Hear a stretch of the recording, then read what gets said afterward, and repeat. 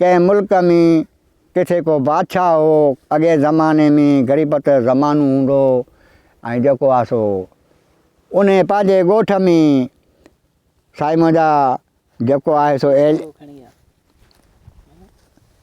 उन ऐलान कयो त अदा जंहिंजे घर में लख रुपया हुजे सो साईं उहो पंहिंजे घर ते झंडो हणी छॾे। साईं पोइ जंहिं वटि लख रुपया हुयो ॻोठ में त झंडो माण्हुनि हयूं, पर जंहिं वटि हुयो ई कोन त उहो छा करे। पोइ हिकिड़ो को ग़रीब मिसकिन हो, उन खे 8 पुट हुआ।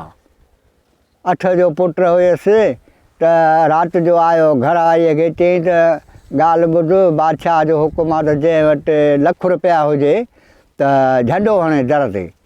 सो हाणे ॻाल्हि इहा आहे त असांखे हाणे लख रुपया त कोन्हे, पर मुंहिंजो हुकुम आहे तोखे त तूं 8 झंडा ठाहे। त माईअ घर वारीअ चयसि असांखे लख रुपया कोन्हे, तूं चवीं थो त 8 झंडा ठाहे। चई हा पोइ मां तोखे चवां थो त जे मुंहिंजो तूं हुकुम मञी त मुंहिंजो हुकुम इहो आहे त तूं 8 झंडा ठाहे। पोइ त माईअ सॻोरीअ 8 झंडा ठाहिया। हिन ग़रीब छा कयो जो 8 ई झंडा ॻोठ ते कामयाबु करे पंहिंजे दर ते हणी छॾी।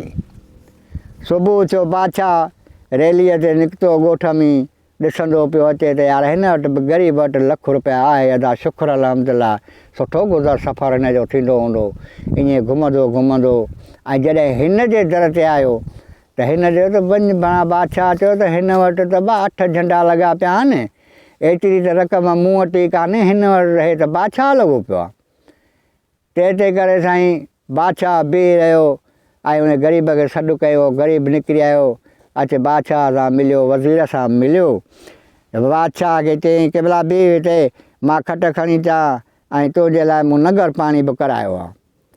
साईं खटड़ी खणी आयो, उन ते जेको हाल हुअसि भलो बिस्तरो विछाए ऐं उन बादशाह वज़ीर खे विहारे ऐं उन ॾींहुं हिन पुटनि खे चयो त बाबा बादशाह सुभाणे ईंदो, पोइ तव्हां ॿाकरो गोश्त जेको आहे सो वठी अचिजो।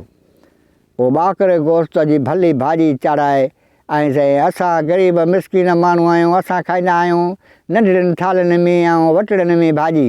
हिन छा कयो जो यको वॾो हिकिड़ो थाल भरे वियो गोश्त जो। साईं बादशाह वेही खाधो, वज़ीर बि खाधो ऐं बादशाह वज़ीर खे चयो त वज़ीर चई जी साईं। चई आहे त ग़रीब, पर हाणे इहो हिन जो खाधो अदा तो असांजे करे भाॼी अहिड़ी चाढ़ाई आहे जा तूं रोज़ु ईअं ई खाईंदो हुई। चई साईं केवल ॻाल्हि इहा आहे त मां पेट में रोज़मर्रा जे लाइ ईअं ई खाईंदो आहियां। कॾहिं गोश्त आणाईंदो आहियां, कॾहिं को मुर्गीअ जो गोश्त आणाईंदो आहियां, कॾहिं मच्छी आणाईंदो आहियां, त कॾहिं को अधु पलो हुनजो पले जो बि आणाईंदो आहियां, पर खाईंदो ईअं आहियां। बादशाह चयो सुभान अल्लाह, अदा तूं त बराबरि बादशाहनि जहिड़ो खाधो थो खाईं ऐं तूं बेशक बादशाह हुई ऐं तोखे भला 8 झंडा जो तो हयां आहिनि त 8 लख रुपया बि आहिनि घर में। चइसि मूंखे 8 लख मूं वटि जमा न आहिनि, पर ॻाल्हि तोसां इहा कयां थो त मूंखे 8 पुट औलाद न आहिनि, जंहिंमें 8 ई पुट मुंहिंजा सालिह आहिनि, सुघड़ आहिनि, वेंदा आहिनि मज़ूरी करणु, पोइ साईं मोटी ईंदा आहिनि। पोइ को 500 खणी ईंदो आहे, को 250 खणी ईंदो आहे, को 400 खणी ईंदो आहे। पोइ मुंहिंजे लाइ गंज थींदा आहिनि। 7 ॼणा उहे जेके आहिनि सो असांखे पैसा अचे ॾींदा आहिनि घर में अबे अमा खे। बाक़ी 8 जेको आहे उन ते असांजी इहा रोटी आहे त बाबा तूं आख़िरीअ में जेको आहे सो हर रोज़ु भाॼी तो ते आहे, उहो साईं भाॼी वठी वेंदो आहे।